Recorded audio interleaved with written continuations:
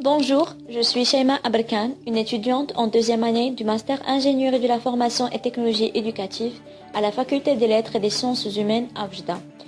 À travers cette vidéo, je vais essayer de vous expliquer la notion d'usage, la théorie de l'activité selon Vygotsky, Leontief et Ångström, puis la manière par laquelle se construit un usage selon Rabardel. Donc, comment peut-on définir le terme usage? Dans la littérature scientifique, le terme usage est polysémique. Il peut signifier une utilisation d'un service, une fonction d'emploi, une pratique sociale ou un ensemble de règles et de lois à respecter. Un élément très important qui est l'usager que le docteur en sciences politiques André Vitalis a défini comme chaque utilisateur actif capable de construire, filtrer et recomposer l'usage d'un objet. Cet utilisateur doit être créatif dans la manière par laquelle il va s'approprier l'usage d'un outil. Pour André Vitalis, définir le terme usage est toujours en relation avec le terme usager.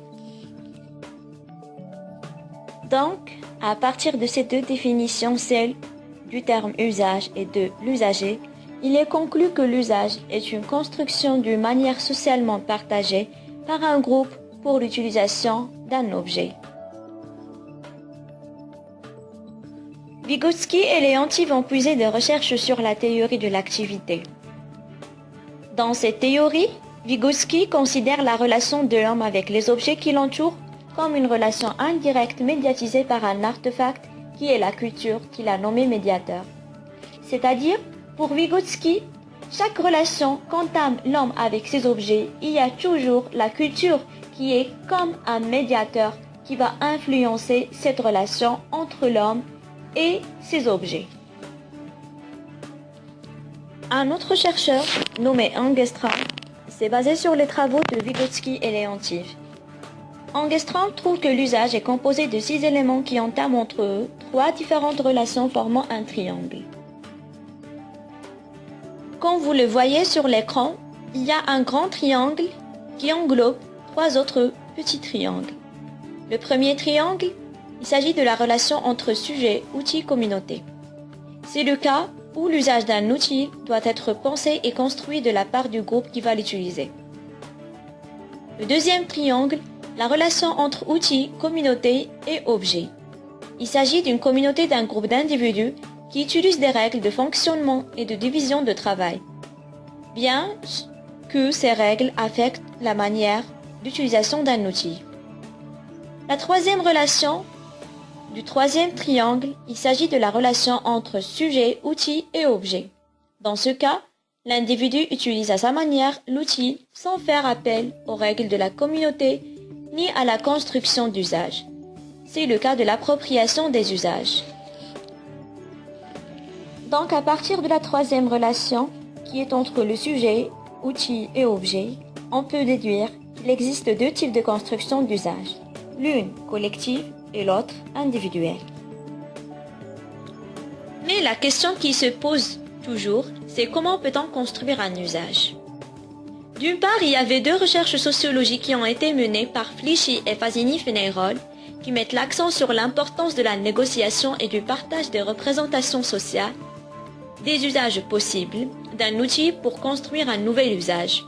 Il s'agit là du cas de la construction d'usages collectifs.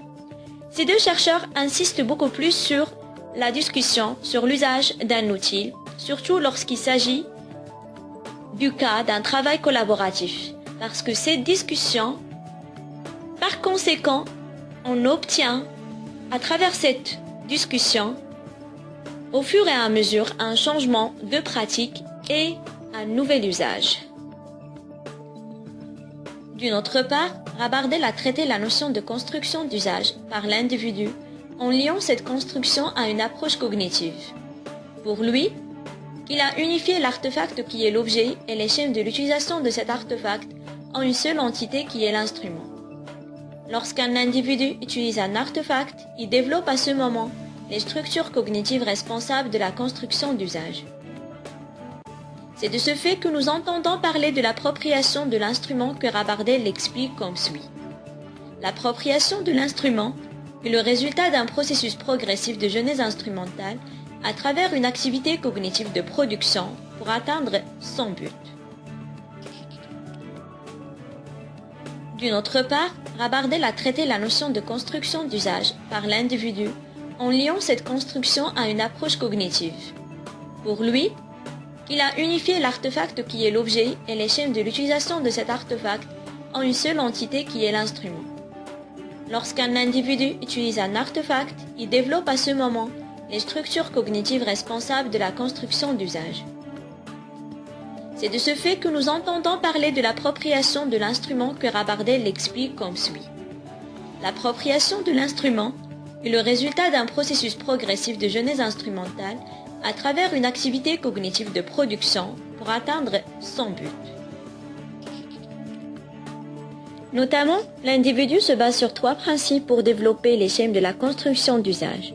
Le premier principe, économique. Pour l'économie qui se manifeste dans la connaissance de l'outil, sa disponibilité et la maximisation de l'énergie. Deuxième principe, la recherche d'efficacité pour atteindre les objectifs. Et le troisième principe, atteindre de l'équilibre dans l'outillage au niveau économique et efficace et à travers la restructuration, l'organisation selon l'usage formel ou informel. Et on vous remercie pour votre attention.